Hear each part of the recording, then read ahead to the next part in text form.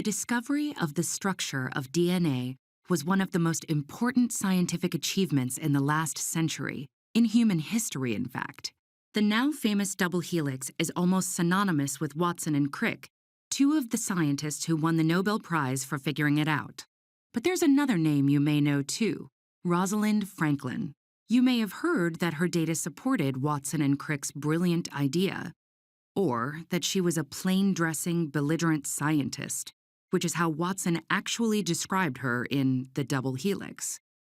But thanks to Franklin's biographers, who investigated her life and interviewed many people close to her, we now know that that account is far from true, and her scientific contributions have been vastly underplayed.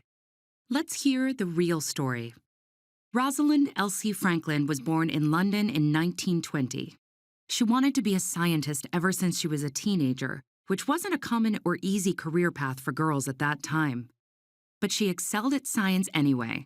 She won a scholarship to Cambridge to study chemistry, where she earned her PhD, and she later conducted research on the structure of coal that led to better gas masks for the British during World War II. In 1951, she joined King's College to use X-ray techniques to study the structure of DNA, then one of the hottest topics in science. Franklin upgraded the X-ray lab and got to work, shining high-energy X-rays on tiny, wet crystals of DNA. But the academic culture at the time wasn't very friendly to women, and Franklin was isolated from her colleagues. She clashed with Maurice Wilkins, a lab mate who assumed Franklin had been hired as his assistant. But Franklin kept working, and in 1952, she obtained Photo 51, the most famous X-ray image of DNA. Just getting the image took 100 hours. The calculations necessary to analyze it would take a year. Meanwhile, the American biologist James Watson and the British physicist Francis Crick were also working on finding DNA's structure. Without Franklin's knowledge, Wilkins took Photo 51 and showed it to Watson and Crick. Instead of calculating the exact position of every atom, they did a quick analysis of Franklin's data and used that to build a few potential structures.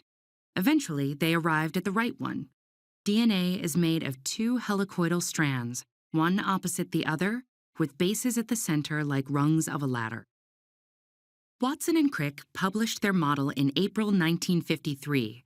Meanwhile, Franklin had finished her calculations, come to the same conclusion, and submitted her own manuscript. The journal published the manuscripts together, but put Franklin's last, making it look like her experiments just confirmed Watson and Crick's breakthrough, instead of inspiring it. But Franklin had already stopped working on DNA and died of cancer in 1958, never knowing that Watson and Crick had seen her photographs. Watson, Crick, and Wilkins won the Nobel Prize in 1962 for their work on DNA. It's often said that Franklin would have been recognized by a Nobel Prize if only they could be awarded posthumously.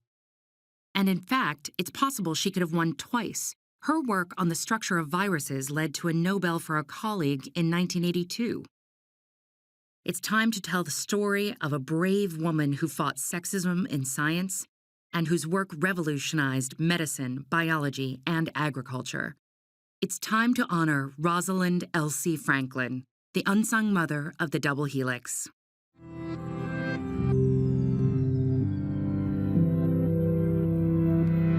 The unsung mother of the double helix.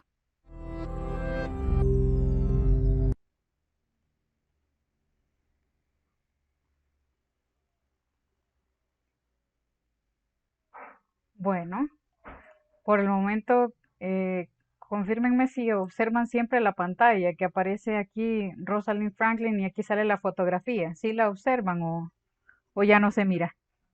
Sí, sí se mira. Ah, bueno, perfecto. Bien.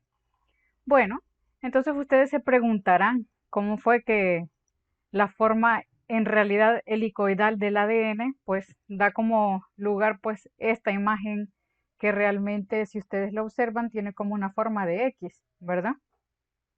Si lo que observan acá pues la figurita pues pareciera ser una X. Realmente esto no parece ser una doble hélice. Y bueno, si ustedes observan acá la fotografía, aquí aparecen pues los nombres de ella, Franklin, Rosalind y algunos de los otros colaboradores con los que ella trabajaba. También si analizan la historia, ustedes se van a dar cuenta que la exposición a los rayos X o en general a cualquier fuente de radiación, pues a largo plazo, culminan con probablemente algún tipo de cáncer. Podríamos poner como ejemplo pues a Rosalind Franklin o a Marie Curie y a Pierre Curie. Así que vean ustedes que también está relacionado el tema de la radiación con el impacto que tiene pues en la cadena de doble hélice de nuestro ADN. Así que también eso es un tema pues relacionado con la temática y que vamos a abordar probablemente la otra semana. Bueno, esta sección ya la habíamos visto anteriormente y decíamos que cómo era posible que nosotros tuviésemos pues la imagen de una estructura, sobre todo de carácter cristalino, ¿verdad? Aquí quizás el primer principio es que se ocupa que la estructura sea cristalina. Esta ley de Bragg también explica, por ejemplo, la sombra. Cuando ustedes están parados cerca de un objeto que sirva como proyector, ustedes ven que la sombra se ve bien nítida. Por el contrario, si ustedes se empiezan a alejar de la zona del detector, pues ustedes van a ver que la sombra comienza a verse un poquito más difusa. Pero vamos a interrumpir esto para dar quizás esa explicación. Vamos a ver acá. Vamos a dejar de presentar y vamos a poner la pantalla pues un poquito más en grande. No sé si en este momento me observan a mí, ¿verdad? Y observan mi mano acá y observan la pared, ¿sí? ¿Lo observan o no? Sí, sí se ve, Bueno, doctora. vean ustedes que mi sombra, cuando yo estoy cerca de la pared, se ve un poquito más nítida. Por el contrario, cuando yo la alejo, comienza a ser borrosa. Esto ocurre porque cuando los rayos pues comienzan a difractarse, realmente lo hacen a diversas direcciones. Por lo tanto, al tener un poquito más de espacio para difractarse, ustedes ven que la sombra pues se difumina. Por el contrario, al estar ustedes más cerca, el chance, digamos, para la difracción de los rayos pues es un poquito menor, así que lo que ustedes observan pues es la sombra de un poquito más nítida, pero realmente es por eso. Bien, otro de los elementos que ustedes observaron acá es que esto servía para las estructuras de carácter cristalino y da la casualidad que en el caso pues del ADN, la única estructura que se identificaba a través del rayo de los rayos X eran las cadenas de fósforo. Si ustedes recuerdan, pues el fósforo estaba alineado en la orilla de la estructura, así que el rellenito era para ese entonces invisible. Pero vamos a ver quizás un poquito más en detalle cómo es que ocurre esto. Bien, primero acá tenemos la estructura un poquito más o menos general y van a darse ustedes cuenta que normalmente las bases no están rectas unas con otras, sino que tienen como una pequeña variación y la distancia entre una y la otra son más o menos 36 grados. Así que si ustedes completan una vuelta de 360 grados, significa que en esa vuelta, en una vuelta completa, habrían 10 bases. Así que, bueno, este es el equivalente, ¿verdad? Una vuelta completa de la hélice darían 10 pares de bases. Sin embargo, cabe destacar que esto es en ciertas condiciones. Ya vamos a ver que siempre pues en condiciones de nuestra célula hay ciertas cositas que suelen aquí cambiar y que esto realmente pues no siempre se aplica. Pero vamos a ver un poquito. Bien, aquí creo que hay un elemento que me lo estoy saltando y no lo encuentro. Permítanme revisar una cosita.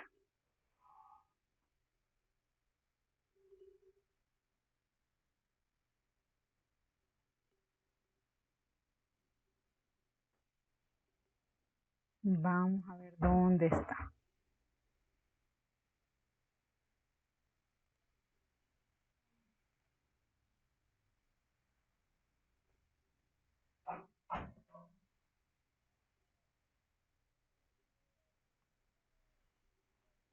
Bueno, tal vez la logro encontrar.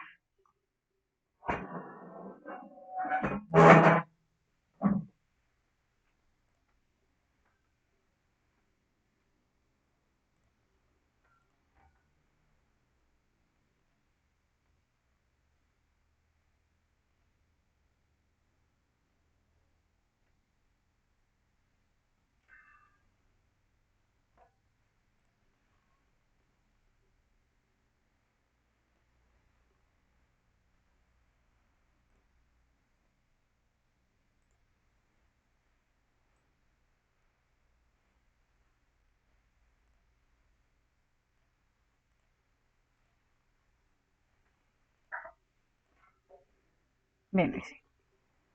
Hoy les estoy presentando la pantallita completa. Bien. Acá tenemos entonces todas las bases de nuestro ADN y observamos que cuando analizamos la estructura pues solamente del ADN, ya sabíamos que estas estructuras normalmente vienen en pares, así que la adenina pues se asocia con la timina y la guanina se asocia con la citosina. Y usualmente pues existen algunos puentecitos entre ellas que habitualmente son puentes de hidrógeno. Y aquí tenemos la guanina que se une pues con la citosina, pero más o menos esa es la idea. Bien, entonces ustedes analizan que en total siempre la cantidad de adenina va a ser equivalente a la cantidad de timina que tiene la base, pues toda la cadena del ADN. Por el contrario, la cantidad de guanina siempre va a ser el equivalente a la cantidad de citosina, así que ustedes pueden, digamos que, hacer el cálculo, ¿verdad? Y que siempre existe concordancia entre estas. Bien, acá tenemos una pequeña, digamos, una adición pues al tema. Esto realmente no está dentro de la estructura del libro. Sin embargo, acá hay algo bastante curioso.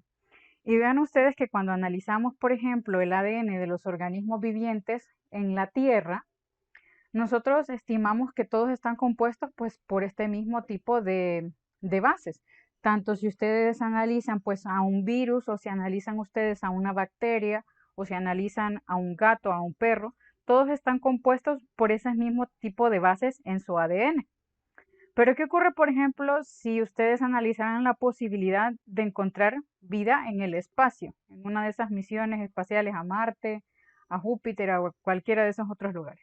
Si encontraran vida, decían los investigadores que lo más probable es que probablemente existieran también diferencias en su ADN. Y una de estas ideas inspiró pues este concepto, el ADN de Hachimoji. Y no sé si ustedes han visto aquella película de un perrito que se llama Hachi. Bueno, Hachi significa 8 en japonés. Así que es el equivalente a que ustedes saquen 8 tipos de pares de bases. Vean ustedes, entonces vamos a ver aquí un poquito. Si ustedes lo analizan, lo que tenemos habitualmente es la timina con la adenina y la citosina con la guanina. Pero en esta versión se les ocurrió pues a añadir 4 cadenas adicionales que pudieran, digamos, formar parte de un tipo de estructura de ADN. Entonces vean ustedes el otro tipo de bases posibles que se crearon. De hecho, a nivel laboratorial se han creado este tipo de moléculas y se han creado, por lo tanto, moléculas de ADN extranjero, o mejor dicho, extraterrestre. Entonces, ¿cuál sería la utilidad de crear un tipo diferente de ADN o qué podríamos hacer con eso? Pues da la casualidad que esto implica una utilidad para la informática y ustedes dirán, bueno, ¿por qué?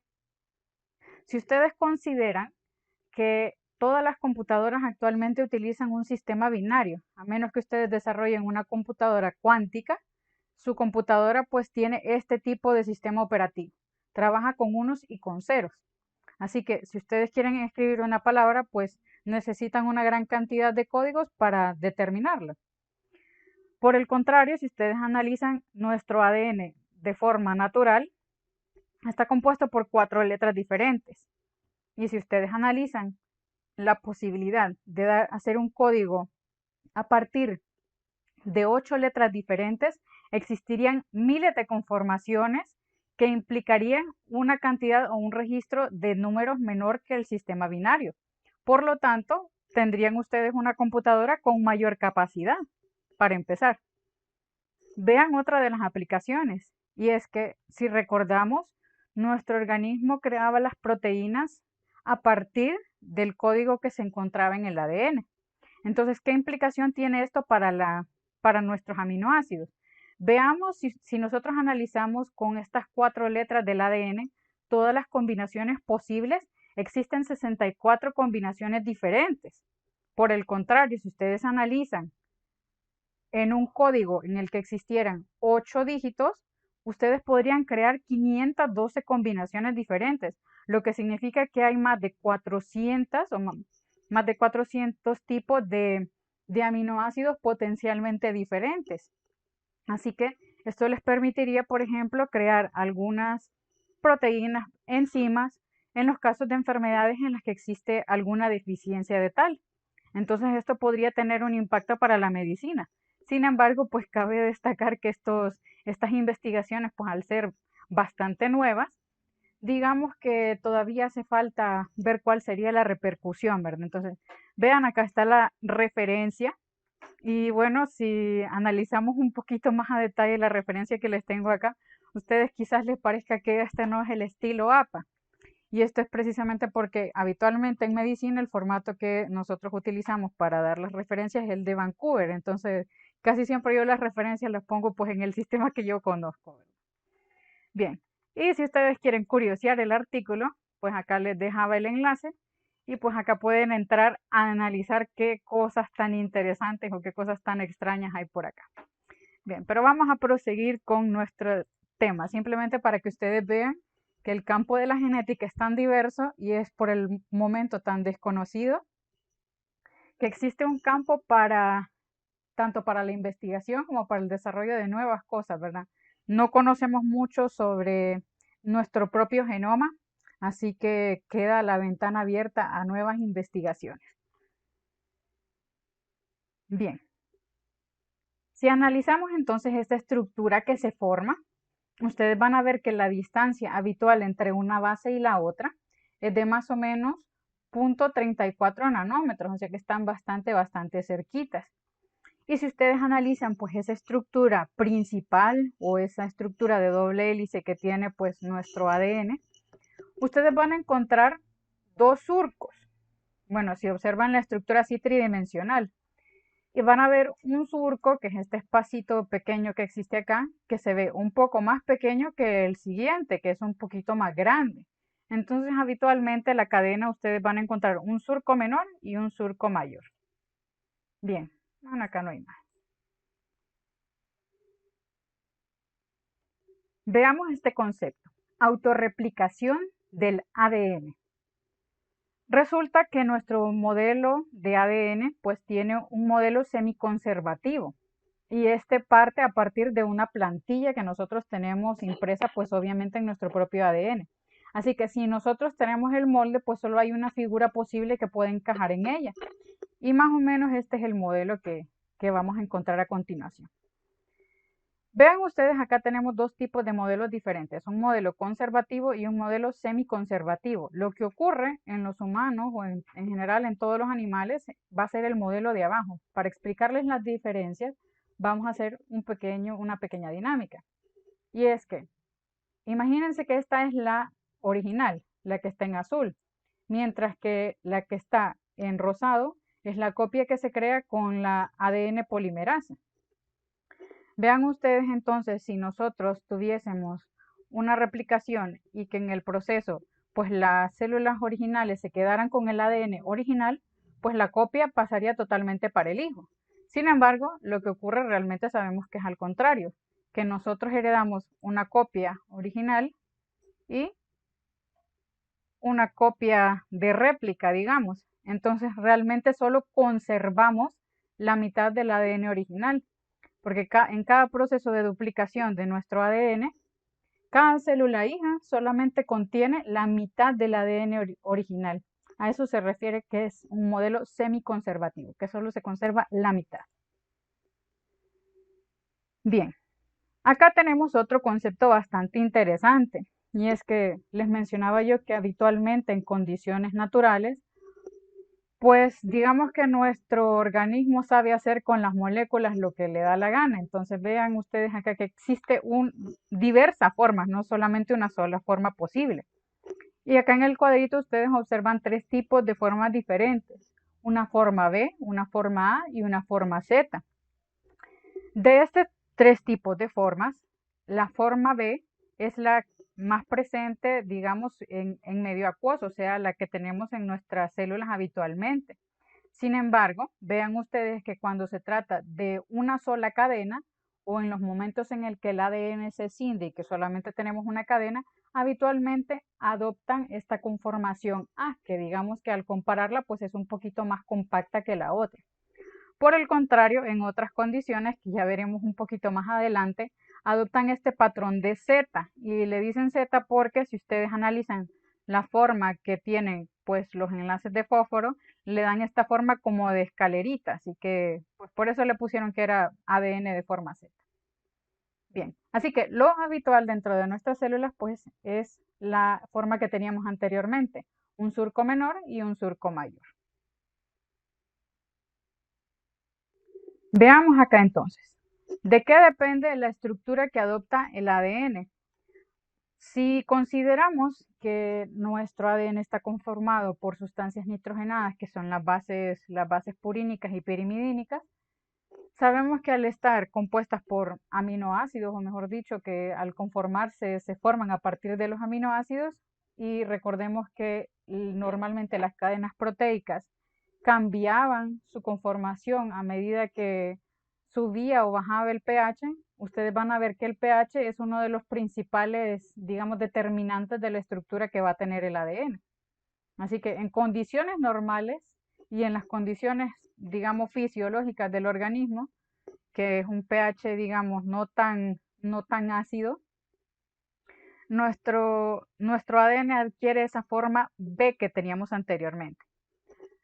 Acá tenemos otro patrón, y es que si ustedes identifican pues la estructura específica de cada tipo de cadena, van a darse cuenta que algunas secuencias tienden a dar una forma o la otra, que estas formas pues ya las vamos a ver más adelante, en las que ustedes se darán cuenta que ciertas secuencias pueden dar una forma de cruz en el ADN. Así que nuestro ADN no puede adoptar solamente las formas que vimos anteriormente, sino que otras más. Por el contrario, si ustedes analizan la forma y ustedes ven aquí estas pelotitas como moraditas, estas son las histonas. Las zonas en las que se encuentran las histonas son cadenas de genes que en ese momento no se encuentran codificando. Es decir, en este momento esta célula no está expresando cualquier proteína que se encuentre en esta línea de códigos. Solamente se encuentran en traducción o en expresión aquellas que no están inmersas en las histonas. ¿Para qué nos sirven estas histonas, por ejemplo? Digamos que nuestra piel pues necesita ser resistente, así que nuestra piel necesita expresar la melanina y necesita expresar queratina. Por el contrario, nuestro hígado no necesita expresar ese tipo de moléculas. Entonces lo habitual es que a nivel hepático, esas moléculas que tienen el código genético para la síntesis de la queratina o para la síntesis de la melanina, pues se encuentran enrolladas en histonas porque para esa célula no es útil esa proteína. Sin embargo, cabe mencionar que obviamente todas las células tienen el mismo código, pero no en todas las células se encuentran expresándose al mismo tiempo. Así que esto pues nos explica la diferencia entre una célula y la otra. Bien.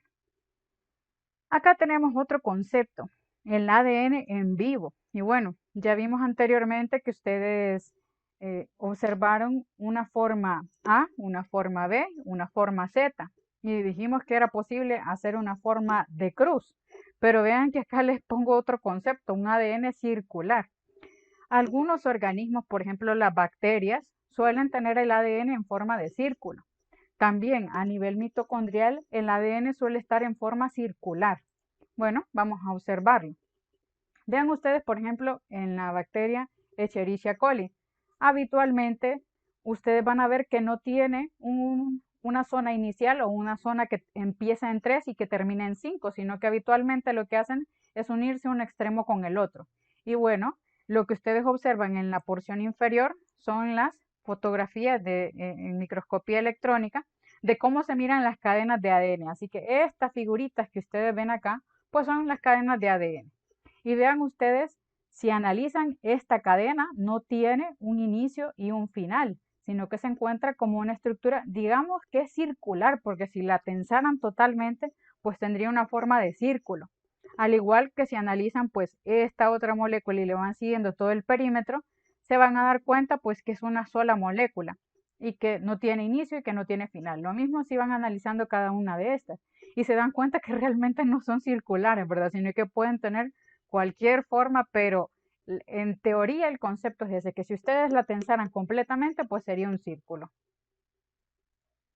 Bien, El otro concepto es superenrollamiento. Una vez que ya tenemos esta cadena, esta propia cadena puede enrollarse sobre sí misma.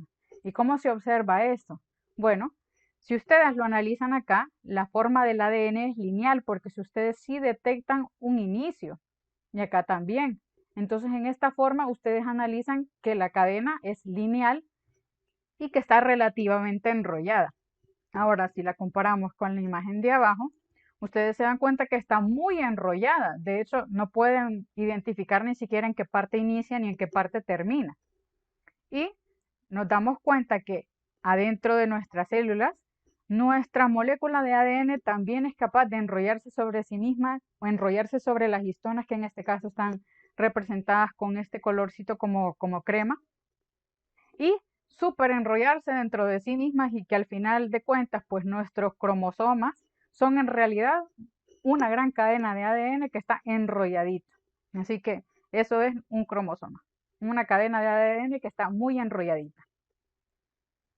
Bien, ahora ustedes ven estos dos términos, negativo y positivo. Esto se refiere al lugar hacia el que gira la cadena o hacia qué lugar ustedes la van doblando. Por ejemplo, si ustedes analizan esta figura, parece que el doblado ocurre hacia la derecha, entonces el enrollamiento es positivo. Por el contrario, si ustedes vieran que el enrollamiento comienza hacia este lado, es decir, hacia la izquierda, el tipo de enrollamiento se determina como negativo. Y bueno, hay otro concepto bastante interesante y es la posibilidad de hacer topoisómeros.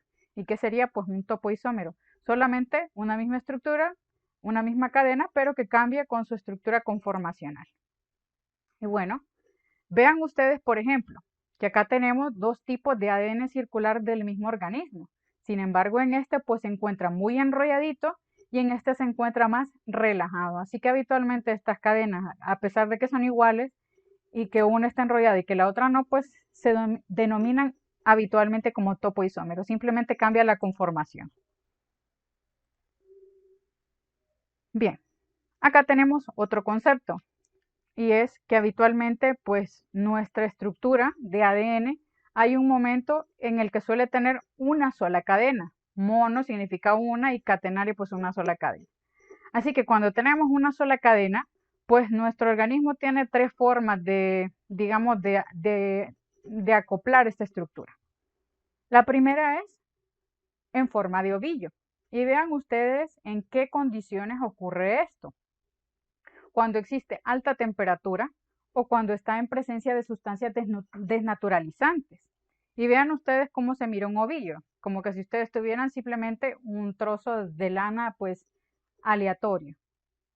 Por el contrario, en las condiciones naturales, que esto es lo que ocurre cuando tenemos una sola cadena, vean ustedes que pareciera como una cadenita de monedas, pareciera que están apiladas una encima de la otra. Por el contrario, también es posible que una estructura monocatenaria, es decir, una sola cadena, forme una doble hélice. Pero ¿cómo es esto posible? Vean esto. Esta es una sola cadena. Pero digamos que en esta sección, pues esta era una adenina y acá en el otro lado, pues había una timina, entonces habitualmente suelen asociarse. Así que a pesar de que ustedes tengan una sola cadena, la propia cadena puede adoptar la forma de doble hélice. A esto se refiere.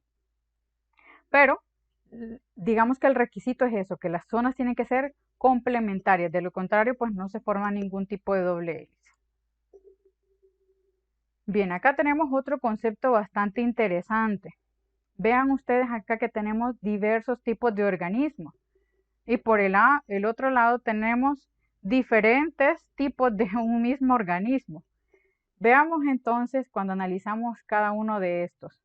Miremos el gato. Tiene 20.285 genes. Veamos el cangrejo, 21.000 genes. Veamos en el caso de la bacteria, pues Escherichia coli. 4.639.221 pares de bases. Las orquídeas, ustedes van a ver que acá ni siquiera aparece el número. Y esto es debido a que incluso entre las diversas, entre los diversos tipos de orquídeas que existen, entre ellas mismas varía la cantidad de cromosomas y la cantidad de genes. Así que no podemos definir un número en particular pues de cuántos genes existen para las orquídeas, sino que va a depender pues digamos, del tipo en particular de orquídea que sea. Y por el contrario, acá tenemos el coronavirus que ya habíamos visto anteriormente, pues su diferente tipo de secuencia genética. Así que es fácil entender que al tener diferentes cantidades de bases o diferentes cantidades de genes, que sean totalmente diferentes al ser humano. Acá tenemos el caso del ser humano que tiene pues 3.000 millones de pares de bases. Es bastante lógico, ¿verdad? Al tener diferentes genes, pues somos totalmente diferentes que las orquídeas, que los cangrejos, que las bacterias. Y obviamente a mayor tamaño o mayor complejidad del organismo, suelen haber pues mayor cantidad de genes o mayor cantidad de pares de bases. Sin embargo, si analizamos la diferencia entre una misma especie y la diferencia entre cada uno de estos ejemplares de la misma especie, ustedes se van a dar cuenta que cada uno pues es diferente. Sin embargo, la diferencia en términos genéticos entre cada uno de nosotros es solamente un 0.1% de nuestro ADN. Y ese 0.1% explica las diferencias físicas entre una etnia y la otra, o entre por qué unos somos colochos, por qué unos tenemos pelo liso, por qué unos somos más blanquitos, por qué unos somos más morenitos, etc. O por qué tenemos ciertas enfermedades. Así que vean ustedes que la genética explica pues las diferencias físicas entre los organismos.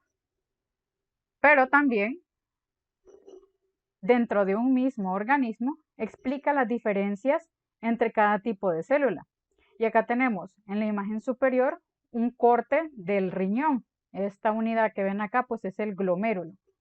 Por el contrario, en la imagen de abajo vemos un epitelio intestinal que es de tipo glandular. Acá tenemos tejido neuronal. Vean cómo se miran las neuronas bajo el microscopio. Y acá tenemos al tejido tiroideo. Así que vean ustedes que cada tipo de célula es totalmente diferente. ¿Cómo nos explicamos que cada célula tenga la misma cadena de genoma, la misma cadena de ADN, pero que sean tan diferentes entre sí? Bueno, ya lo habíamos explicado anteriormente. A este tipo de célula pues le conviene utilizar aquel aminoácido tirosina para convertirlo en la hormona tiroidea y necesita almacenar grandes cantidades de yodo. Por el contrario, la neurona no necesita este tipo de propiedades. Así que habitualmente los genes que expresa cada tipo celular están habitualmente predispuestos desde el momento de conformación del ser humano, que es en el periodo embrionario. Tenemos la conformación genética para cada uno de los procesos. Incluso hay genes que solamente sirven durante el periodo embrionario precisamente para decirnos qué tipo de células se va a comenzar a formar. Así que todo esto está dentro de nuestro código genético y de esta forma nuestros genes indican qué tipo de célula vamos a tener. También la otra repercusión es que cuando ocurre algún problema a nivel de nuestro ADN en cada uno de estos tipos de células que están constantemente dividiéndose y multiplicándose, es posible que exista algún error cuando estamos transcribiendo esta información genética. Y esto nos explica pues el aparecimiento de los cánceres en el ser humano. Y no solamente en el ser humano, sino que en el resto de los organismos, ¿verdad? En los gatos, en los perros, etc. Bueno, acá tenemos una palabra, código genético. Y es precisamente porque nosotros estamos tratando de codificar. Vean ustedes el primer ejemplo, que ustedes asocian la palabra con una imagen. El siguiente, que asocian un número con una representación abstracta de cuántas patas debe tener. Se pueden ustedes tener un código numérico. Por el contrario, aparte ustedes tienen acá esta palabra, a la cual ustedes pueden conferirle una capacidad física con el color. Tenemos acá pues el ejemplo de un código binario y acá el ejemplo de un código de Morse. Y en última instancia, cada uno de estos tipos de código tiene un significado. La flor pues significa una flor. En este caso, este número significa una ñ. El 4 pues significa la cantidad de patas que tiene en este caso la mesa. Y el morado pues un color. Y bueno, ustedes podrían mandar un mensaje en Morse también. ¿Cuál es entonces el significado para el caso del ADN? Y es el hecho de que nosotros con ese código podemos convertirlo en otras cositas. En este caso pues nosotros lo convertimos en proteínas. Y vean entonces cómo comienza este proceso, que a menudo se denomina como replicación. Y bueno, replicación sería hacer una copia. Y vean ustedes que cuando intentan hacer las copias, intentan hacerla lo más exacta posible. Sin embargo, ustedes podrían encontrar pequeñas diferencias sutiles, que quizás esta estrellita pues es un poquito más grande que la otra. Sin embargo, en términos finales, pues se parece mucho la inicial con la original, ¿verdad? Entonces, a eso se refiere la replicación y que habitualmente suelen ocurrir pequeños errores que nuestro propio organismo intenta detectar. Cuando nuestro organismo no es capaz de detectar el error o no es capaz de eliminar el error, pues es cuando se comienzan a generar los cánceres dentro del ser humano. Bueno, el ser humano y los demás organismos. Bien, acá tenemos en esta pequeña imagencita una cadena de ADN. Entonces, si nosotros quisiéramos hacer la copia, utilizamos esta plantilla como base. Entonces, lo que tenemos abajo, pues la primera sería una cadena rojita, la siguiente sería una cadena azulita, la siguiente sería una cadena verde, la siguiente sería una cadena roja, la siguiente una cadena amarilla, la siguiente una cadena roja y la siguiente una cadena verde. Entonces, esto es lo que habitualmente hace nuestro organismo. Saca el patrón o la plantilla inicial y esta plantilla la complementa. ¿Y con qué yo la tengo que complementar? Obviamente con el opuesto. El rojito en este caso, que sería, en este caso la adenina, pues la combino con la timina, que sería la amarilla. Y la azul, que es la citosina, pues yo la voy a combinar con la guanina. Y así, ¿verdad? Sucesivamente ustedes comienzan a crear la copia. Bien, acá ya me iba a equivocar. Y aquí ya tenemos, pues, en términos bastante generales, la copia terminadita. Entonces, si ustedes se fijan, tienen la misma secuencia, así que codificaría para el mismo tipo de proteínas. Pero ¿qué pasa con esta que yo tengo acá, con la del uracilo? En el caso del uracilo, pues no va dentro del ADN, así que no me permite agarrar. Bien, en última instancia, la copia del ADN pues termina siendo igualita, o al menos lo más igualita posible, a la copia original. Y si ustedes se fijaron, hubo un momento en el que yo me equivoqué y agarré esta base rojita en lugar de la amarilla, que era la que seguía. Y si yo cometí este error, digamos que tratando de hacerlo sin errores, imagínense entonces su organismo, que tiene que estar creando miles y miles de copias por cada segundo. En cada segundo ustedes están replicando las células de su piel, las células de su hígado, las células de sus riñones, porque las células no son inmortales, sino que tienen digamos, una vida limitada. Así que cuando acaba la vida útil de la célula, digamos el eritrocito a los 120 días, pues ese eritrocito va a terminar destruyéndose. Así que imagínense el trabajo que significa para el organismo tener que estar copiando y pasando esta información en cada momento y en cada célula. Así que es posible y muy posible que a la larga pues ocurra algún tipo de error. Y eso es lo que nos explica las mutaciones que generan a la larga el cáncer. Así que ojo, ¿verdad? Con cómo estaremos copiando nuestro ADN y cómo se puede ir almacenando el daño en nuestra cadena. Bien, acá tenemos el otro concepto y es la transcripción. Vean que en el caso de la transcripción yo uso una plantilla a partir del ADN, pero solo tomo una cadena como base. Y esta cadena como base yo la voy a complementar con el ARN.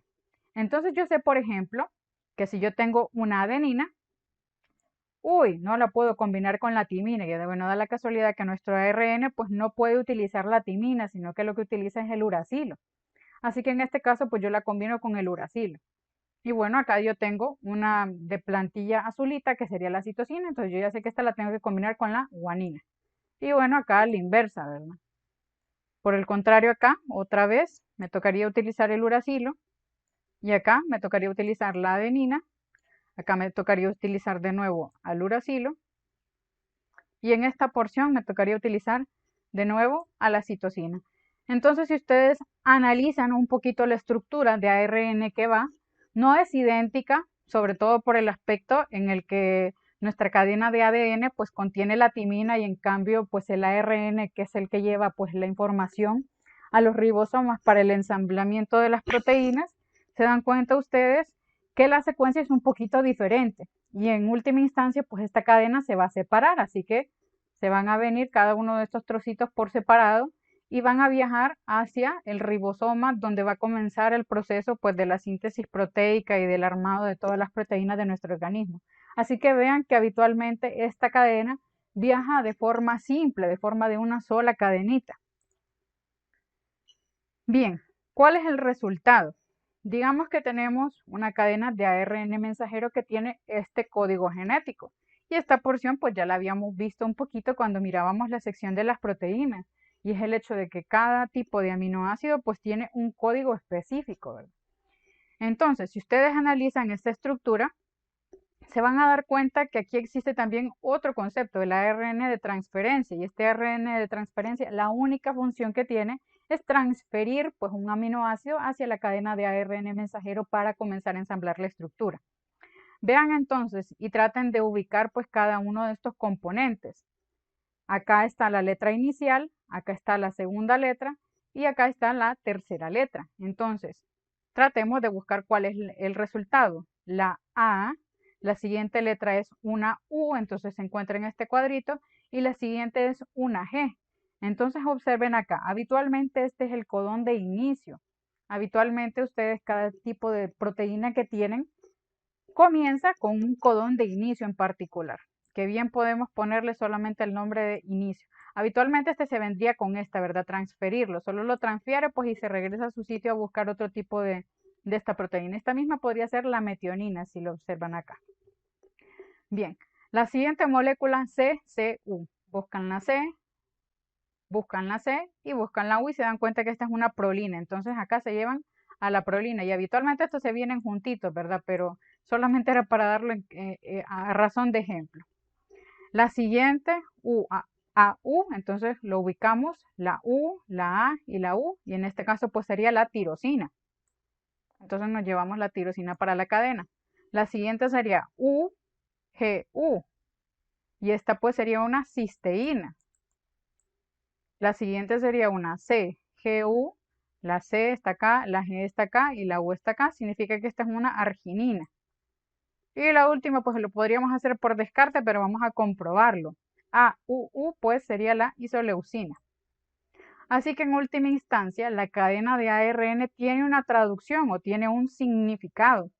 Cuando decimos traducir, equivale a que una palabra tenga otro significado o que ustedes lo asocien con otra asociación que tenga otro concepto, que tenga, digamos, otra relación. Sin embargo, este sería el concepto a nivel genético, que el ARN mensajero se traduce o es el equivalente a proteínas o a una cadena de proteínas. Bien. Acá tenemos otro concepto y es el ADN Z. Veamos acá. Y acá tenemos dos conceptos. Tenemos sin y tenemos anti. Veamos qué son estas formas sin y anti. Si recordamos un poquito aquel término de los isómeros o aquel término de las proteínas cis y trans, acá pues vamos a darnos cuenta que el concepto es un poquito diferente, pero viene siendo casi lo mismo. Sin y anti. Vean ustedes que en la conformación sin, nuestra base, en este caso purínica, se encuentra sobre la ribosa, en este caso mejor desoxirribosa porque tiene aquí el grupo hidroxilo. En cambio, en la posición anti se encuentra en el sentido contrario, se encuentra hacia afuera. Así que, habitualmente, si ustedes lo analizan, esta cadena de ADN Z solamente es posible cuando una de las cadenas, cuando todas las purinas están en sentido sin, mientras que la otra cadena de pirimidinas están en sentido anti. Así que siempre, siempre, siempre están en esta forma. Por el contrario, si ustedes lo analizan, nuestras formas A y B se encuentran únicamente en posición anti. Así que el ADN Z solamente ocurre cuando las purinas se alinean en forma sin. Es decir, cuando se encontraban encima de la ribosa o de la desoxirribosa en el caso del ADN, ¿verdad? Entonces, vean ustedes que cuando analizan pues la estructura del grupo fosfato que se encuentra en la orilla, tiene esta forma como de escalerita, así que pues le pusieron el nombre de Z. Y bueno, aquí está la forma solamente para que ustedes lo ubiquen dentro de la figurita.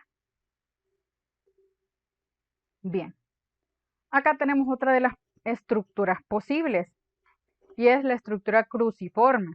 Vean ustedes que esto parece una cruz, una zona vertical y una zona transversal. ¿Cuándo ocurre esta estructura cruciforme? Cuando existe dentro del código genético lo que en el español conocemos como palíndromos. Los palíndromos son las palabras que al leerlas tanto de derecha a izquierda como de izquierda a derecha, pues tienen el mismo significado, la misma connotación. Entonces acá tenemos algunos ejemplos de palíndromos. Reconocer, sometemos, amor a Roma, la ruta natural. Intenten ustedes leerlos al revés cada una de estas, bueno, frases o palabras y se darán cuenta ustedes que tienen pues la misma significancia. Entonces, una estructura cruciforme, si ustedes analizan la estructura, aquí tenemos T, A, G, C, G, T, y ustedes acá se van a dar cuenta que esta estructura es igualita a la anterior, pero está escrita al revés. Así que lo que sucede es que la zona complementaria, que sería esta, se asocia con la zona complementaria que está arriba. Entonces adoptan esa forma de cruz y habitualmente quedan algunas zonas descubiertas o algunas zonas sin aparearse en el extremo de la crucita. Por el contrario, el resto de la cadena pues continúa su conformación habitual. Así que esto solamente ocurre si nuestra secuencia genética específica contiene palíndromos dentro de la cadena. Vean ustedes qué exótico el término, ¿verdad? Y bueno, aquí lo tienen abajo simplemente para que lo puedan asociar. Bien, acá tenemos otro concepto y les mencionaba entonces que teníamos varias estructuras posibles. El ADN-A, el ADN-B, el ADN-Z, que estuviera en forma circular, que estuviera en forma cruciforme. Y acá tenemos otro concepto, triple hélice. Vean ustedes que cada cadena, en este caso, está representada con un color diferente. Así que tenemos una cadena naranja, tenemos una cadena amarilla y tenemos una cadena más o menos azulita. Entonces vean ustedes qué es lo que ocurre acá. La primera es que tienen acá bases de tipo Hodgkin. La siguiente es que una de estas cadenas es solamente de purinas y la otra es solamente de pirimidinas. Así que habitualmente pues se repite una de las cadenas. La otra cuestión es que estas zonas son muy poco estables, así que es extraño o esporádico verlo dentro de nuestras células en condiciones naturales. Y cuando hablamos pues de las bases de tipo Hodgkin son como aquellas que habíamos visto pues anteriormente, las de cis y anti, así que habitualmente estas tienen algunas que vienen en forma de zinc. Bien. Veamos acá otra de las opciones posibles. Ya se dan cuenta ustedes que realmente el ADN no es solamente la cadena de doble hélice que nos pintaban en los libritos, ¿verdad? Sino que el concepto realmente es un poquito más amplio. Vean una de las posibilidades y es que la guanina tiene esta propiedad de asociarse entre sí misma en forma de 4 pares. Vean ustedes acá que son 1, 2, 3 y 4 bases de guanina las que están asociadas. Así que habitualmente adoptan esta forma como de librerito. Pero si ustedes lo analizan, esta es una sola cadena. Aquí está el inicio 5 y acá está el inicio 3. Pero ¿qué es lo que ocurre? Que la cadena tiene tanta guanina que suele adoptar esta forma de cuádruple. Así que cuarteto sería pues una asociación de 4 guaninas y un cuádruplex sería una región que tiene varios cuartetos. En este caso pues esta zona tiene 3 cuartetos. Y bueno, la característica digamos esencial es que necesita forzosamente pues la presencia de mucha guanina. De lo contrario pues esta forma no podría conformarse. Veamos entonces en qué zona suele ocurrir esto y nos damos cuenta que es bastante abundante o bastante común en las zonas de los telómeros, es decir, en el extremo de cada uno de nuestros cromosomas, la zona que ustedes ven acá en amarillito en la imagen. Bien, el segundo aspecto, vean qué interesante, y es que habitualmente las zonas que tienen control de transcripción o genes que actúan como promotores de la transcripción de algunas proteínas, tienen altas zonas o zonas bastante ricas en guanina y por lo tanto suelen adoptar esta forma. Bien, otro de los conceptos, vean acá un elemento bastante importantísimo, un oncogen que se llama CEMIC. Y ustedes dirán, bueno, ¿cuál sería la importancia de esto? Si ustedes lo asocian con la palabra onco de cáncer y gen, significa que este es un cáncer que regula o que tiene un proceso importantísimo en la regulación del ciclo celular, para el metabolismo, para la transcripción del ADN y sobre todo para regular los procesos de apoptosis. De modo que si este gen es disfuncional en nuestra célula, lo más probable es que ustedes tengan algún tipo de cáncer, sobre todo las leucemias suelen tener bastante alteración en este tipo de oncogen. Así que vean ustedes que es una zona que tiene alta cantidad pues de guanina, así que eso es la importancia, ¿verdad? Que si este gen en particular que tiene mucha guanina no funciona bien, es probable que nosotros desarrollemos un cáncer. Bien, el último concepto, acá lo tenemos, pues ya lo tenemos acá, ¿verdad? Que cuáles son los tipos de cáncer que están asociados con algunos tipos de oncogenes o reguladores de promotores. Y se darán cuenta ustedes que son aquellos que tienen algún tipo de componente genético. En este caso hablamos del cáncer de colon, algunos tipos de cáncer ginecológico, por ejemplo el cáncer de mama, y otro el melanoma. Todos estos tienen una alta asociación genética. Así que, ojo, ¿verdad? ¿Y con qué genes podríamos tener y con cuáles genes no? Bien. Acá tenemos otro concepto, fosforotiación. Y es que habitualmente, bueno, si recordamos, esta sería la base de mejor dicho, del azúcar, de nuestro ADN que está unido hacia una base purínica o pirimidínica, según el caso, ¿verdad? Según la secuencia. Y sabíamos que cada unidad pues, de azúcar desoxirribosa en el caso del ADN están unidas a través de un enlace fosfodiéster. Y vemos que este enlace fosfodiéster ocurre a través del oxígeno. Si analizamos más a profundidad, nos damos cuenta que este fósforo está unido a 4 moléculas de oxígeno. En este caso, ¿qué haría la fosforotiación? Cambiar en lugar de la unión hacia un oxígeno, pues incorpora un azufre. Siempre que ustedes lean la palabra tío, tía, dentro de la química equivale a azufre. Y bueno, ese sería el equivalente. ¿Cuál es la función de que una base o de que una cadena de ADN pues incorpore fósforo a la estructura? Puede ser darle estabilidad o no a la molécula. Así que esa es la función, el tipo de estabilidad que tenga la molécula. Bien, si analizamos entonces qué factores dependen de la estabilidad de nuestra molécula de ADN, vean ustedes el primer concepto, y es que habitualmente el ADN es de carga negativa y decíamos que era de carácter ácido, por eso decíamos que eran ácidos nucleicos, y que habitualmente estos ácidos nucleicos o la zona, digamos, negativa es la porción en la que se encuentra el fósforo. Así que, dependiendo del voltaje de la célula, pues es probable que adquieran o no una conformación. El otro aspecto interesantísimo, pues es la temperatura. Como mencionamos que se trataba de un compuesto relativamente de tipo proteico, lo más probable era que al cambiarle la temperatura o a cambiar el pH, acá, en este caso acá tenemos el pH, determinan o no el tipo de estructura que suele tener. Así que cuando la desnaturalizan o cuando la exponen a altas temperaturas o cuando le alteran el pH, suele cambiar y suele desenroscarse, suele quitarse, digamos, la conformación de la doble hélice enrolladita, entonces suele desdoblarse. Acá tenemos otros elementos interesantísimos y es la presencia de cationes.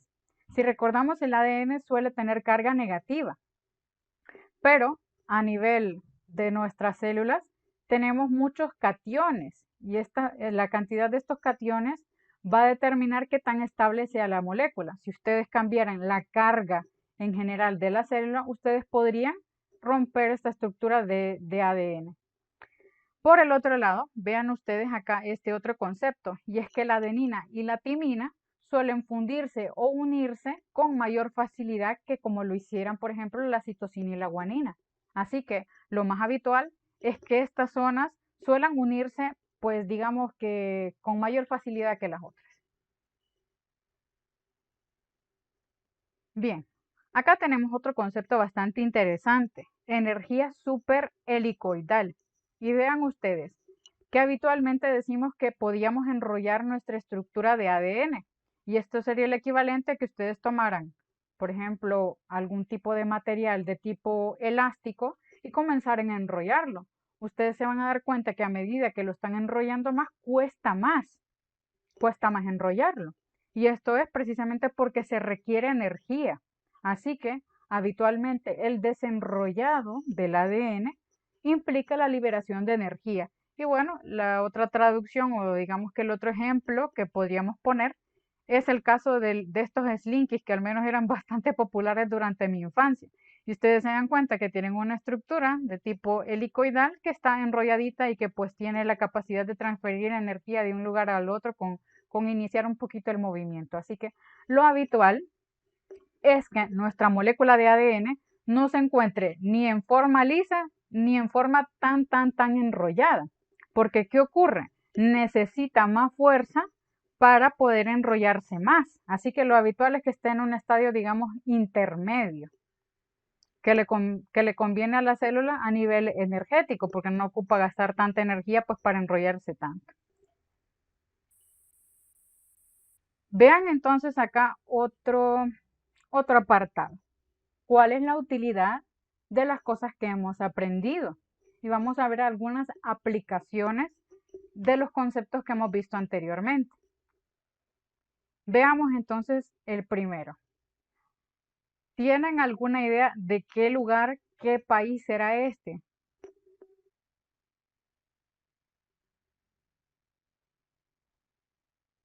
¿Tienen alguna idea, alguna pista? ¿Por dónde será? ¿Alguna idea?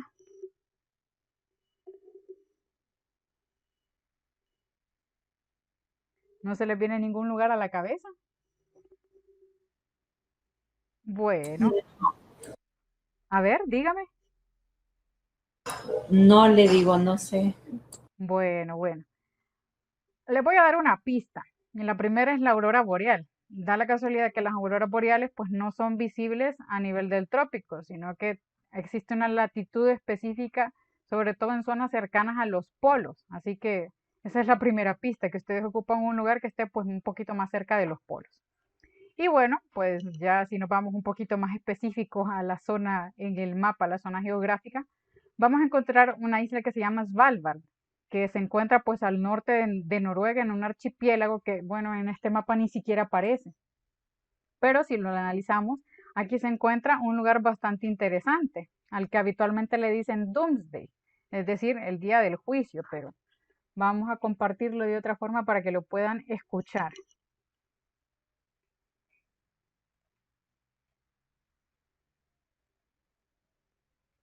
Y les voy a ir adelantando un poquito qué es ese lugar. Da la casualidad que nosotros en el mundo tenemos un lugar donde tienen como un almacén de semillas y es precisamente en este lugar. Y acá tienen una colección de las semillas de todo el mundo. Así que en algún momento, o al menos el concepto con el cual se creó este lugar, fue con la idea de que en algún momento, si existiera algún cataclismo en el universo, digamos que nosotros tuviéramos la capacidad de poder suplir la demanda de semillas o de tener pues una reserva si alguna planta se extinguiera. En teoría acá debería estar salvaguardada y por lo tanto podría, digamos, recuperarse. Así que esa sería una de las utilidades. No solamente tienen las semillas guardadas en físico, sino que también tienen en memorias el código genético de cada una de estas plantas. Así que en teoría, pues da pie a que ustedes pudieran replicarlas si es que en algún caso, pues la planta, digamos que pudiera extinguirse. También para estudiarla por el caso de que algunas fuesen, por ejemplo, más resistentes a la sequía o más resistentes al frío. Entonces, bueno, y aquí no sé por qué no me sale la cosa de los subtítulos. No me permite buscarlos en... Aquí está. Uy, sí. Para buscarlos en español. Vamos a ver. Y bien, vamos a ver qué nos tiene de interesante este lugar. Ago, 800 miles from the North Pole. There are polar bears and glaciers, and also the most amazing genetic library I've ever seen.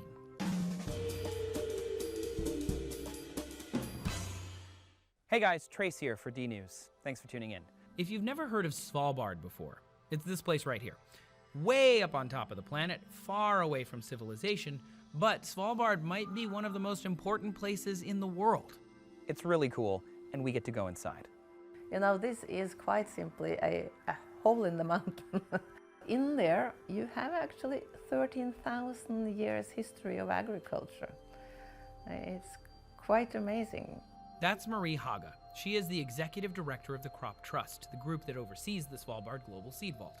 Inside that vault are boxes, and inside those boxes, Seeds, quite simply seeds. So normally somewhere between 300 and 500 seeds in these aluminum foil envelopes. And that's all there is, nothing else. What is unique in Svalbard is that we collect seeds from absolutely all over the world, or countries or institutions choose to use this as a backup facility.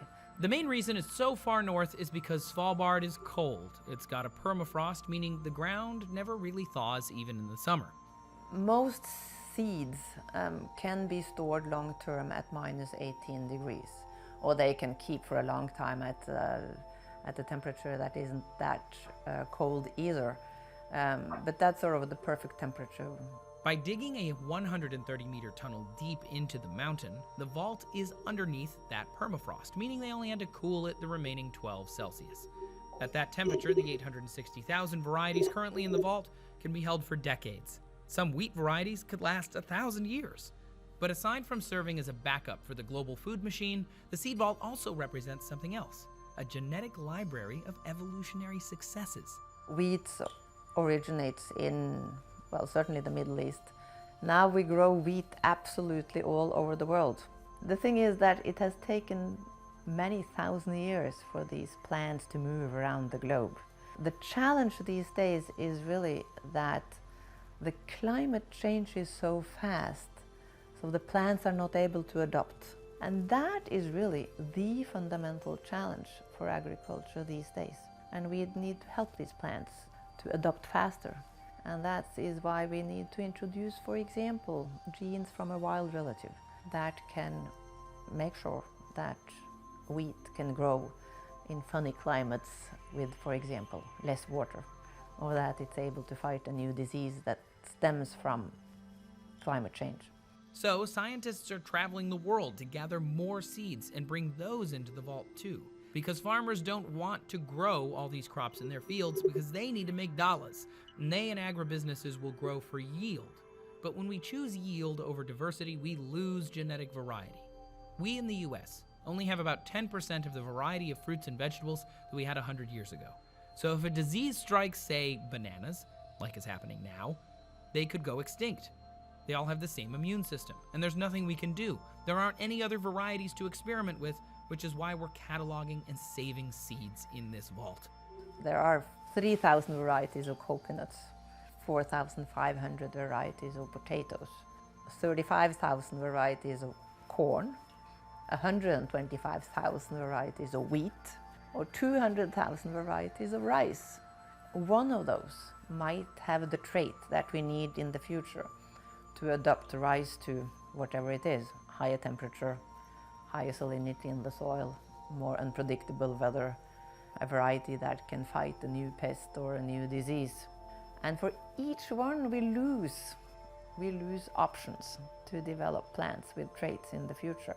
In the end, the seed vault isn't just a place where seeds wait to be genetically sequenced and grown again to secure our food supply for the next 9 or 15 billion people who live on the earth in the future. It's also a library of nature's trial and error from the past for dealing with the shifting planet that we live on. And it's one of humanity's greatest science projects. It's ongoing, it's complicated, and it's just plain awe-inspiring.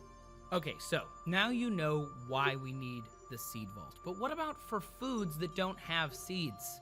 How did they get that way? Are they some kind of weird Frankenstein hybrid? Not always. It happens naturally from time to time. Check out this video and find out how we got seedless foods. In botany, Bueno, acá ya quedamos, digamos, en otro aspecto diferente al que nos tocaba, ¿verdad? Entonces ya vimos cuál era la importancia de este lugar en particular. Pero bien, vamos a ponerlo en grandecito. No me deja ponerlo en grande cuando estoy compartiéndolo con el audio. Bueno, hoy sí.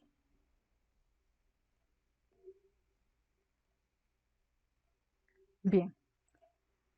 Veamos otro de los casos interesantes y es obviamente el cáncer en el mundo. Bueno, este apartado ya lo habíamos mencionado levemente y decíamos por qué podía ocurrir el cáncer y es que al considerar que hay tantas células en nuestro organismo y que cada una pues necesita reproducirse, cambiamos de piel aproximadamente cada 3 semanas, así que sus cuerpos tienen que estar adaptados a poder crear nuevas células epiteliales y por lo tanto su sistema de ingeniería genética propio de su organismo tiene que estar lo suficientemente apto como para que ustedes puedan hacer ese proceso sin errores. En el caso de que existiera algún error, pues su cuerpo contiene la información para poder eliminar esa célula que salió pues alterada. Y si existiera algún problema en la eliminación de esa célula alterada es cuando comienzan a surgir pues estos casos de cáncer. Así que analicemos un poquito cómo van las estadísticas de cáncer en el mundo y vean la primera, que aproximadamente cada año, al menos está con un dato de 2018, se habían detectado al menos para ese año 18 millones de casos de cáncer nuevo, es decir, casos que no habían sido detectados anteriormente. Esto independientemente de la edad o del género. Y si analizamos, pues aquí en el otro, cada uno de estas grafiquitas nos indica qué tipo de cáncer. Veamos el primero, casos de cáncer de pulmón, 11.6% de todos los cánceres a nivel mundial, seguido del de mama, que realmente, bueno, si ustedes consideran la estadística es realmente igual. El siguiente, el cáncer de próstata, porque es un cáncer bastante común. El siguiente, el caso de cáncer de colon, que equivale al 6.1% de los casos de cáncer en el mundo. El siguiente, el melanoma, que equivale al 5.8%, el cáncer de estómago 5.3%, cáncer de hígado 4.7% y cáncer de recto 3.9%. Por el contrario, el resto de los cánceres que no hemos visto, acá tenemos 43.5% y aquí podríamos encontrar pues una gran variedad. Por ejemplo, las leucemias, el cáncer renal, el cáncer a nivel cerebral. Así que vean ustedes que equivale al 43.5%, pero que si identifican ustedes cada uno de estos tipos, equivale a menos que cada uno de estos. Ojo, y acá ustedes podrían hacer una salvedad, que si comparamos estas estadísticas de a nivel mundial con las de nuestro país, y ustedes se van a dar cuenta que en nuestro país el cáncer principal no es el cáncer de pulmón, sino que es el cáncer de cérvix. Es el cáncer más frecuente y el cáncer más mortal en nuestro país. El siguiente, el cáncer de mama y de ahí el cáncer de pulmón. Así que realmente nuestra estadística va un poco diferente de la del mundo. Y esta es una de las razones que nos indica por qué debemos hacer investigación. Bueno, si ustedes se trataran o trataran de transpolar pues los datos a nivel mundial con los de su propia población, se darían cuenta que obviamente son diferentes y que no es el cáncer de pulmón pues lo más frecuente en nuestro medio y por lo tanto sus campañas de prevención no tienen que enfocarse tanto al cáncer de pulmón, sino que enfocarse al cáncer cervical. Y bueno, una de las razones por la que existen altos casos de cáncer cervical en nuestro medio es precisamente porque a las mujeres no les gusta en nuestro medio hacerse la citología. Así que esa es una de las razones. La siguiente es por la alta prevalencia de VPH en nuestro medio. Una de las cepas, bueno, se han identificado aproximadamente 7 cepas diferentes que son cancerígenas del BPH y no solamente causan cáncer de cervix, sino que causan cáncer nasofaríngeo, causan otro tipo de cáncer. Así que vean ustedes que habitualmente ustedes van a encontrar algunas relaciones entre enfermedades virales con algunos tipos de cáncer. Otro caso en particular podría ser el cáncer de estómago, que el cáncer de estómago se asocia frecuentemente con la infección por Helicobacter pylori. Por el otro lado, ustedes pueden tener una que tiene un alto componente genético, que es el cáncer de mama. También tenemos otros con alto contenido genético, que es el cáncer de colon. Acá, en conjunto con el cáncer de mama, otro de los tipos de cánceres que tienen una frecuente asociación genética es el cáncer de ovario. Sin embargo, al cuantificar ustedes pues la cantidad de casos, es más frecuente que ocurra antes el cáncer de mama que el cáncer de ovario, así que por lo tanto el que tiene mayor prevalencia pues va a ser el cáncer de mama. Así que vean ustedes acá qué interesante. Ahora si asociamos pues las tasas de qué tan frecuentes son en hombres y en mujeres, vean, en hombres equivale a más o menos casi 500 casos por cada 100.000 habitantes. Por el contrario, en mujeres, si bien la tasa es un poquito más baja, vean ustedes que en total, si analizaran el porcentaje de mortalidad, porque acá solamente estamos viendo la cantidad de casos, el porcentaje de mortalidad sería más o menos igualito tanto para hombres como mujeres. Así que da igual qué tipo de cáncer tengamos, hay una gran probabilidad de que si usted no se lo detecta a tiempo, pues culminen en la muerte. Y bueno, ¿por qué es tan mortal algún tipo de cáncer? Bueno, da la casualidad que las células cancerígenas suelen tener un tipo de metabolismo diferente y que la primera salvedad, digamos, es que para detectarse ocupa que el tumor, para empezar, haya crecido lo suficiente como para que dé un síntoma. Así que esa quizás es la primera señal y hay lugares en los que es muy difícil que produzcan un síntoma. Digamos, por ejemplo, en el caso de las leucemias. La leucemia como tal va a comenzar a tener algún tipo de manifestación o va a empezar usted a encontrar los moretes cuando ya el cáncer se ha reproducido lo suficientemente como para que usted comience a tener algún tipo de síntomas. Lo mismo con el cáncer cervical. El cáncer cervical habitualmente usted lo diagnostica porque la mujer llega con sangrado al hospital. Y cuando usted la revisa, usted se va a dar cuenta pues que el cáncer es lo suficientemente grande como para tener un tipo de invasión sanguínea y producir pues en este caso el sangrado. Así que esa es una de las razones por las cuales se recomienda hacer pruebas de screening. Las pruebas de screening son aquellas pruebas que sirven para detectar en etapas precoces o cuando el cáncer está lo suficientemente pequeño. Por ejemplo, en el caso del cáncer de mama, hacer la mamografía. En el caso del cáncer cervicouterino, pues hacer la citología. En el caso del hombre, pues hacer el examen del cáncer para próstata, ya sea con el antígeno PSA o con el tacto rectal. O la otra opción sería, tanto para hombres como para mujeres, en el caso del cáncer colorectal, las colonoscopías, que obviamente al ser procedimientos invasivos, a la gente obviamente no le gusta hacérselos. Vean ustedes algo bastante interesante, y es que decíamos que el cáncer más frecuente era el cáncer de pulmón. Sin embargo, no existe una prueba de tamizaje para el cáncer de pulmón, porque las causas del cáncer de pulmón son tan variadas y los tipos de cáncer de pulmón son tan variados que no existe una prueba fidedigna como para decirnos que la persona va a desarrollar un cáncer. Así que por el momento no hemos desarrollado una prueba, así que queda como trabajo para las investigaciones futuras. Bien, acá tenemos otro concepto. Y bueno, no podíamos dejar sin mencionar al famoso coronavirus. Y esta grafiquita en particular ya la habíamos visto anteriormente. Y es que desde el inicio que se logró identificar este nuevo coronavirus, se pudo obtener la secuencia y se sabe qué tipo de genes tienen. Y esto permitió el desarrollo de esas vacunas que están en la actualidad. Así que vean ustedes qué interesante. También esto nos da la puerta a entender cómo es que van ocurriendo las mutaciones y por qué es importante que si existe una mutación en algún tipo de gen, que algún tipo de medicamento pues sirva o que ya no sirva. Así que vean ustedes qué interesantísimo y que podríamos decir que los temas de la genética son obviamente relevantes. Otro concepto que está bastante relacionado con cómo descubrieron este coronavirus, aunque no lo crean, es la clonación, porque inicialmente este tipo de virus lo aislaron en células clonadas de riñón y pusieron ahí pues el cultivo que extrajeron de los pulmones de las personas que estaban enfermas y ahí fue donde pusieron al virus a que creciera para ver qué cosa era.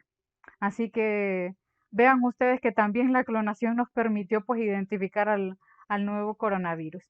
Así que, en resumen, a pesar de que ustedes puedan considerar que este concepto de ácidos nucleicos sea algo tan invisible a simple vista, realmente tiene una gran repercusión para todo lo que nos ocurre, para todo lo que nos puede ocurrir y sobre todo las utilidades o las cosas buenas que podríamos hacer con los procesos de investigación en la genética.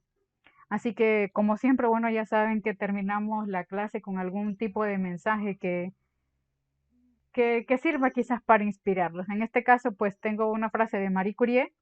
Es mi sincero deseo que algunos de ustedes continúen con este trabajo científico y mantengan para su ambición la determinación de hacer una contribución permanente a la ciencia. Así que no sé si tienen alguna pregunta, algo que no haya quedado muy claro, alguna curiosidad, algo que quieran saber, algo que no se haya dicho quizás.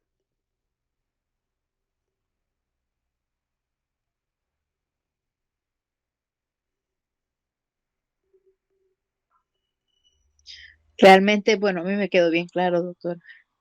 ¿Qué le pareció interesante o le parecía que no tenía relación o No, la verdad que sí, es bien interesante y eso es lo que cada vez estábamos hablando con mi mamá, porque ahorita estábamos viendo nosotros la diferencia de los síntomas. No sé si eso tiene relevancia con el tema, pero ajá, de los síntomas cuando empezó a salir la cepa del coronavirus, que ajá, la gente se ponía grave terriblemente.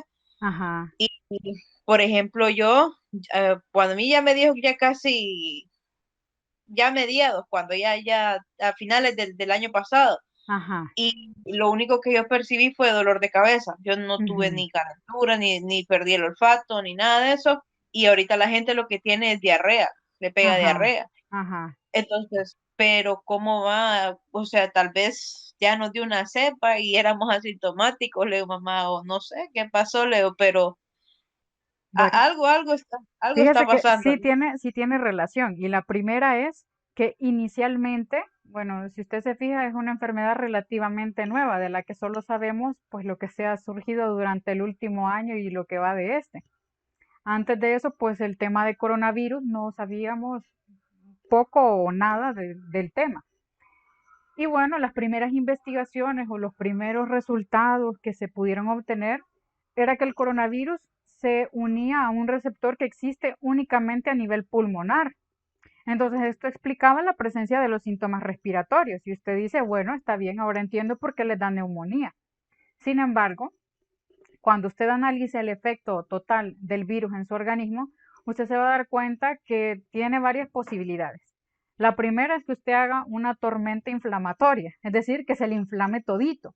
El problema cuando se le inflaman todas las cosas dentro de su organismo es que se le va a inflamar el hígado. Y recuerde qué cosas hacía el hígado y qué cosas hemos visto que hace el hígado a lo largo de toda esta clase. Decíamos que la mayoría de estos procesos de desintoxicación, de liberación de desechos, eh, todas estas necesitaban enzimas que estaban a nivel hepático, sobre todo las de tipo proteico, si lo recuerdan.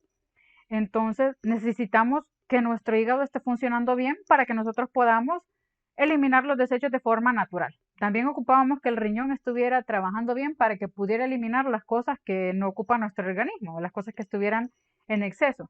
Pero ¿qué ocurre entonces si usted inflama el hígado, si usted inflama el riñón? Estos ya no van a funcionar de la manera correcta y usted va a tener algún tipo de repercusión. El problema es que como este tipo de órganos también se encargan de otras cosas, en el caso del hígado, se encarga de la producción de proteínas que sirven para la coagulación. Así que lo más probable es que algo le comience a fallar por ahí. Y da la casualidad que se dieron cuenta que muchas de las personas que tenían algún evento, digamos en las primeras autopsias que hicieron, se dieron cuenta que tenían accidentes cerebrovasculares. Imagínese usted, entonces realmente no se morían por la deficiencia de oxígeno en otras palabras, por el déficit pulmonar, sino que habían tenido un evento cerebrovascular que los había matado. Entonces, esos fueron en los casos de Italia. Si usted recuerda aquel tiempo en el que mencionaban que habían más de 4.000 muertos al día, bueno, fue para ese tiempo cuando decidieron hacer esas autopsias.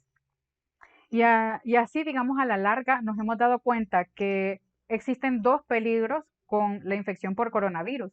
Esto independientemente del tipo de cepa que vaya surgiendo. Y es el hecho de que usted haga una inflamación severa y el siguiente, que usted haga eventos trombóticos, es decir, que a usted se le coagule algo dentro de su corazón o dentro de su cerebro, porque eso la va a terminar dejando pues peor. A la larga existe otra complicación que no es tan frecuente por fortuna y es un tipo de afección de carácter crónico, es decir, una persona que le dio coronavirus, digamos, hace un año y que un año después continúa con síntomas, que su organismo quizás no ha tenido la capacidad pues de generar una respuesta inmune adecuada. Así que vean ustedes qué cosas tan interesantes. Y hablando pues un poquito del coronavirus y de la genética, comentarles que la vacuna esta que inicialmente desarrollaron en Pfizer y BioNTech, la utilizaron con ingeniería genética, pero ¿qué fue lo que hicieron? Ellos utilizaron una cadena de ARN mensajero que detectara la secuencia del coronavirus y con esa se la transfirieron a usted para que usted pudiera crear inmunoglobulinas que le sirvieran para defenderse del coronavirus. Así que en realidad lo que están utilizando es ingeniería genética para hacer que usted genere defensas contra el virus. ¿Cuál es el problema, digamos? Que probablemente la cepa con la que se comenzó a trabajar quizás haya sido un poquito diferente a la que tengamos hoy en día circulando en nuestro medio. Y eso pues reduce en parte algo de la ventaja inmunológica que le confieren a uno las vacunas. ¿Por qué necesitamos inmunizar a una gran cantidad de población? Bueno, porque ocupamos que nadie sea capaz de transmitirlo. Y el problema cuando usted tiene la vacuna es que usted puede volver a enfermarse, pero digamos que la salvedad en este caso sería que el tipo de infección en usted no sería tan grave porque usted ya tiene la información genética para poder crear las inmunoglobulinas necesarias para poderse defender de la infección. Sin embargo, usted es capaz de transmitirlo. Así que pese a que usted ya se haya puesto la vacuna, usted va a continuar necesitando colocarse mascarilla y utilizar las normas de distanciamiento porque usted puede transmitírselo a los demás, pese a que usted quizás esté protegido con la vacuna. Entonces vean ustedes que es un tema totalmente relacionado con la actualidad y no solo con estos temas, sino que hay un montón.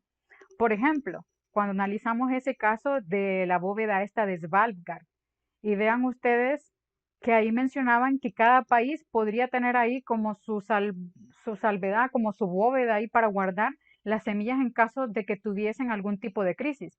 Y aquí surge la primera pregunta. ¿Ustedes creen que Honduras tenga algún lote de semillas ahí guardado? No, hombre, doctora, sin nada, bueno, qué van a estar dando? Pero ¿sabe usted que Costa Rica sí tiene? Costa Rica No, tiene un buen lote de semillas ahí guardaditas. Entonces, pero es que a, a mí me surgió esa duda. Yo quiero investigar si Honduras tiene o no tiene semillas guardadas ahí. Imagínese. Qué interesante, porque ¿verdad? porque aquí no apoyan lo que es eso, doctora, porque por ejemplo, bueno, mi familia se dedica a eso, pues Ujú. al cultivo de algunas cosas y realmente más bien aquí trabas le ponen. Por ejemplo, si usted quiere hacer su marca de café, le ponen 1.000 y 1 millón de cosas para decirle que no puede vender café y peor una marca, tiene que Ujú. venderlo nada. Es Y tremendo. sí, porque, o sea, yo me pongo a pensar de que, vaya, por ejemplo, usted le vende le empieza a exportar y si exporta, pues otro solamente va a poner su marca. Entonces, está haciendo ricos a otros, pues, porque Sí, no crean que le van a comprar el café al precio que ellos lo van a vender. claro, claro que no. Y si usted analiza los precios de exportación a nivel mundial, te va a dar cuenta del chanchullo que le están haciendo, ¿verdad? Pero bueno, así estamos. Entonces se dan cuenta ustedes que el tema que estamos viendo tiene una gran repercusión para su día a día.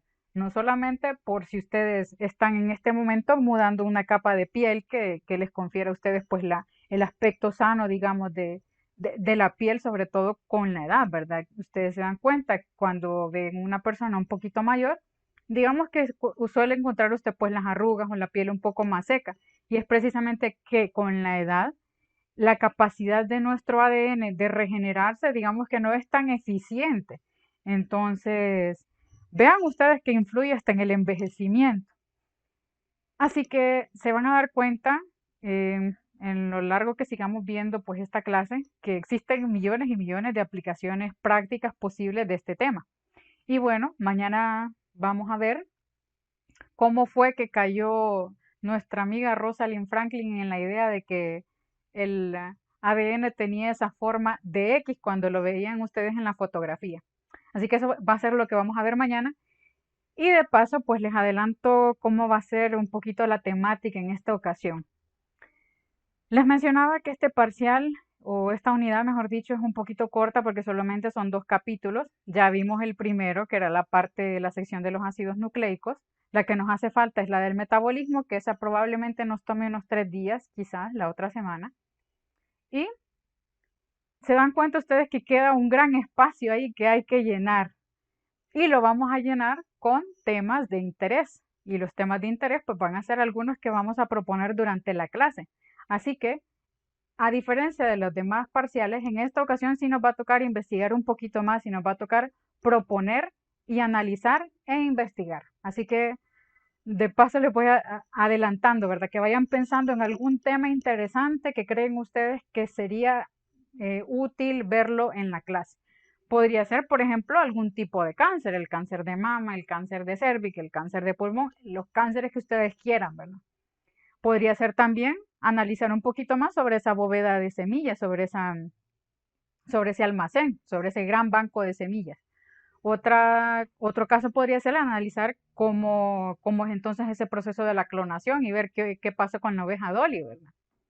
Podríamos analizar otros temas de cómo se crean las vacunas o cómo influyen las técnicas estas de ingeniería genética para la creación de tipos de alimentos que tienen o no tienen semillas, por ejemplo.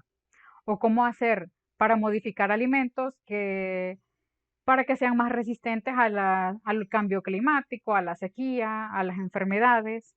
¿Y por qué entonces es que ha surgido, digamos, esa temática o ese logo que dice no GMO? Si ustedes analizan algunos tipos de productos que dicen orgánico, dicen no GMO, que significa que no fue un organismo genéticamente modificado. Entonces, ¿por qué se le hace fama negativa o qué es lo malo de estos productos modificados genéticamente? ¿Existirá algún daño para la salud o no?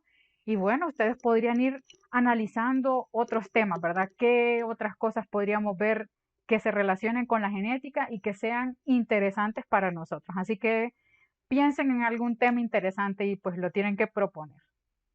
Así que eso sería lo que veríamos mañana, una pequeña práctica y proponer algunos temas para estudio. Lick, yo tengo una pregunta. Yo Dígame. sé que pregunto bastante, pero No se preocupe. es Dígame. que, mire que yo, bueno, esa pregunta me la hicieron mis alumnos una vez y Ujú. yo me quedé así como que no sabía qué responder porque sé que la genética hasta el momento no sabemos exagerado, o sea, sabemos bastante, pero no creo que es toda la información, creo que todavía falta muchísimo más. Y ellos me preguntan, ¿usted cree que se pueda llegar a un punto de poder crear un bebé, Ujú. digamos? ¿Usted ha Inseminación. visto, usted ha visto esa película Gattaca? No, esa no. Bueno, investiga un poquito de qué trata. Es a futuro una sociedad distópica en la que las personas son creadas genéticamente. Digamos que usted encargaba a su bebé y usted decía, bueno, yo quiero que sea de esta forma, que sea así, que sea así. Entonces, según esa película, usted tenía como 2 grupos poblacionales, los que eran genéticamente modificados y los que eran, digamos, por la naturaleza, tal y cual habían nacido. Entonces aquí surge un dilema y ustedes se van a dar cuenta que a menudo en el campo de la genética van a encontrarse dilemas de tipo ético. ¿Por qué? Ustedes creen, por ejemplo, que sería ético que en lugar de buscar una cura para el cáncer, que andemos buscando cómo hacer que nuestro hijo nazca con los ojos azules, por ejemplo. O sea, sería bastante superficial de nuestra parte como especie humana, ¿verdad? Y sin embargo, pues tendríamos que analizar cuál es la posibilidad. Si yo le digo que es posible clonar, pues ya se dio cuenta usted que el coronavirus lo utilizaron, bueno, lo detectaron utilizando una técnica similar a la clonación. De hecho, el principio por el cual usted detecta el coronavirus, ustedes han escuchado mucho esa prueba PCR, ¿verdad? Con el hisopado. El PCR significa reacción en cadena de polimerasa. Polimerasa es una enzima que ustedes tienen en sus células y que es capaz de crear la copia de las cadenas de ADN. Cuando hablábamos del proceso de replicación, ustedes necesitan una enzima que se llama polimerasa, que está ahí continuamente pues creando copias del ADN pues para que se reparta a las células hijas.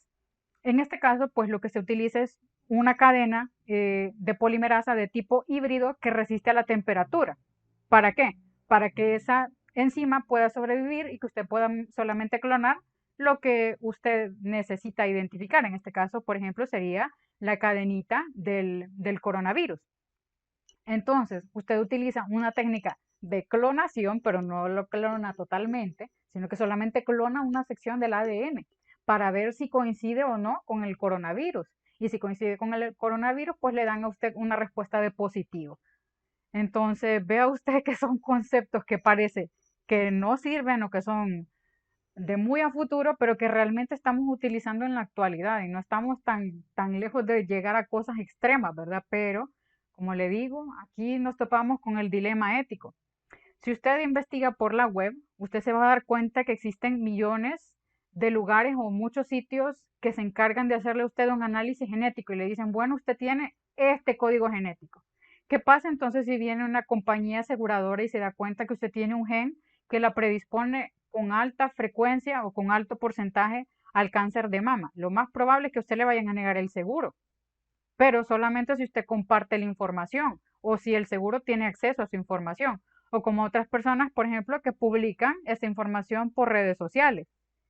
Entonces, entramos en un dilema ético porque no sabemos cómo manejar esta información. Y se va a dar cuenta usted de que hay un montón de lugares en la web bastante curiosos que tienen relación con la genética. Vamos a ver si los puedo buscar y se los enseño mañana para que vean qué cosas tan curiosas hay por ahí.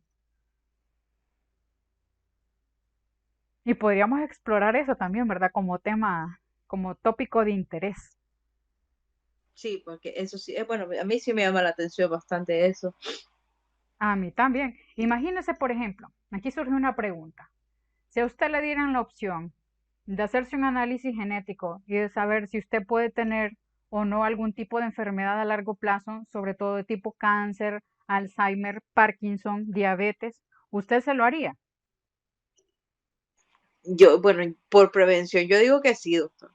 Bueno, ese es el tópico. Sin embargo, hay personas que opinan que no, porque entonces yo voy a comenzar a vivir diferente, ya no voy a disfrutar, ya no voy a poder comer chocolate, ya no voy a poder hacer esto, ya no voy a poder salir con mis amigos. Entonces empiezan, digamos, como a pensar en la contra o en la negativa.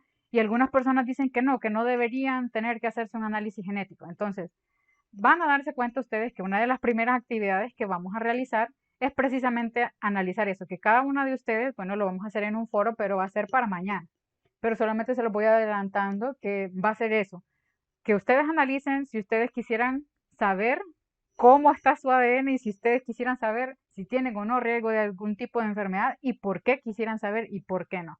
En mi caso, pues yo les voy a contar, yo preferiría saber porque así yo podría evitar tener algún tipo de consecuencia negativa a largo plazo. Por ejemplo, si yo sé que tengo un alto riesgo para padecer diabetes mellitus, yo trataría, por ejemplo, de no consumir mucho azúcar, de tratar de hacer ejercicio, de tratar de vigilar un poquito más pues las cosas que como, las cosas que hago. Si fuese, por ejemplo, el tipo de un cáncer o del tipo de Parkinson, Alzheimer, se van a dar cuenta ustedes que la palabra riesgo no significa que ustedes a fuerza lo van a tener. Por ejemplo, en mi familia hay un caso de Alzheimer, mi abuelita tiene Alzheimer. Esto significa que por simple asociación es probable que yo tenga un riesgo de esto. Entonces, ¿qué cosas puedo hacer yo para prevenirlo? En mi caso, yo podría decir, bueno, los ejercicios mentales favorecen o evitan la aparición de síntomas a edades tempranas. Entonces, lo que a mí me conviene es hacer ejercicios de memoria, hacer ejercicios de cualquier tipo de agilidad mental y que podrían evitar que yo tuviese una consecuencia negativa a largo plazo, porque ustedes tienen una plasticidad neural increíble y su cerebro puede adaptarse a pesar de no tener, digamos, alguna vía posible. Ustedes pueden crear rutas alternativas dentro de su cerebro que les sirvan para sortear los obstáculos. Así que les serviría a ustedes hacer ejercicios mentales y no tendrían ustedes una consecuencia negativa a largo plazo por el Alzheimer. Entonces, yo le digo, en mi caso, yo preferiría saberlo para tratar de prevenir o para tratar de planificar la vida a futuro. En el caso, por ejemplo, de las personas que tienen alguna enfermedad neoplásica, digamos que fuese un cáncer, y que yo supiera que ese tipo de cáncer pues va a ser bastante mortal. Yo querría saberlo para arreglar mis finanzas, por ejemplo, para no dejarle deudas a la familia o qué sé yo, ¿verdad? Pero hay otras personas que dicen, ay, no, es que me voy a deprimir y me voy a morir más rápido. Entonces, aquí entramos a un dilema ético, ¿verdad? Y cada uno pues puede tener su propia opinión, así que ese va a ser el primer trabajito, pero ese va a ser hasta mañana, así que por el momento nos quedaremos por acá. Espero yo que les haya gustado y pues si tienen alguna otra pregunta también bienvenida sea. Estuvo muy bueno el tema. Bueno, Qué gracias, bueno, me doctora. Nos alegro. vemos. Nos vemos. Feliz tarde. Buenas tardes, doctora, gracias. Feliz tarde, feliz tarde. Nos vemos.